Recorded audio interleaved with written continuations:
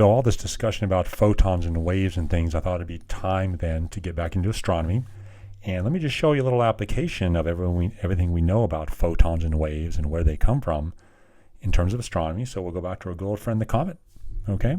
So, of course, the outstanding question I would ask then is like, what direction is the comet going in? You'd say, well, I don't know. But what you could tell me is, where is the sun? And you would know that the sun is down here because, you know, the tails of a comet always sort of point away from the sun because of the push from the light of the sun and the solar wind.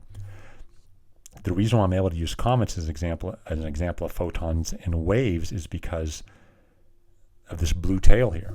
Now, blue is a color, and a color is something that can happen from a particular electron and an atom falling down. These photons come out with different colors. So whenever you see color, then there's always some evidence here of a falling electron or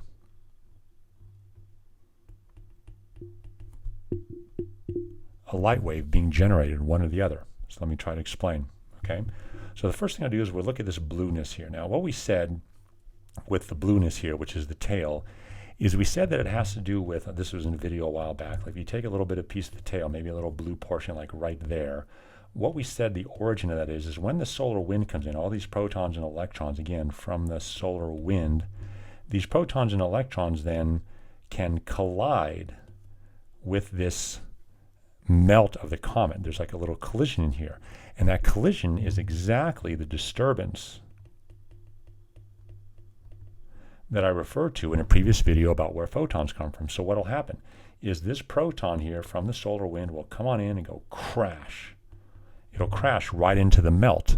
What happens when crash runs into a melt? Well, what is melt? So this melt right here, it's made out of atoms. So somewhere in the melt, there's a little nucleus and a little electron that were perfectly happy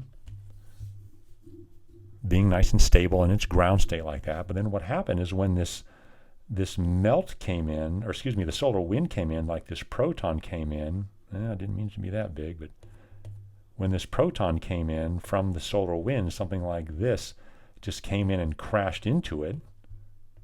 So like a crash, that's the disturbance. So what happens is the melt atom then is then going to look like this. There's that empty state that the electron used to be in.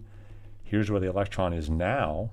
And then, of course, as you know, a little bit of time goes by, and what's going to happen is this electron is going to fall back down again. It's going to fall. And what did we say happens when electrons fall? Well, photons come out. And in this case, because of the structure of melt, there'll be blue photons coming out. So what you can draw then is sort of like these little blue, well, just one's going to come out for every one electron that falls. One photon comes out. So, okay, I'll just stick with that. So here comes the photon going out, and that's the photon. Then they can go in our eyes, and we can see it. Now, of course, the whole tail is blue because there's many, many, many little bits of comet melt that are getting hammered by all of that solar wind, but that's where the blue color comes from. So all this blue color here is photons coming out of falling electrons in the melts. Falling electrons, and of course the disturbance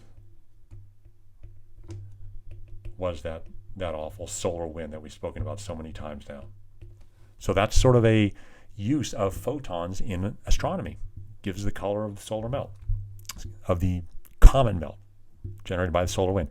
So the wave picture is also definitely relevant in here. Okay, so again, you can go back to a little bit of melt. So there's a little melt particle or whatever you want to call it right there. And of course, what is a melt particle? A little proton with a little electron going around it. Now what will happen is that you can think of the solar wind once again as something like this. I'm going to try to draw this very carefully for you here. So here's the solar wind here. Here's maybe a proton of the solar wind, which is humming by like this. And what will happen is when this positive charge of the solar wind, again, this is some solar wind that I'm drawing right here, when a little bit of the solar wind sort of passes by this atom, there's actually a little bit of a force that'll be generated between them. So you can imagine, almost like the law of gravity here, that I'll just sort of draw a line here existing between the solar wind and the atom. A little force will develop in there. So the point is that it isn't really clear what happens when a collision happens. It is not really clear what happens when a solar wind collides with an atom. So this is another view of it. Maybe it doesn't collide. Maybe it just passes right by it.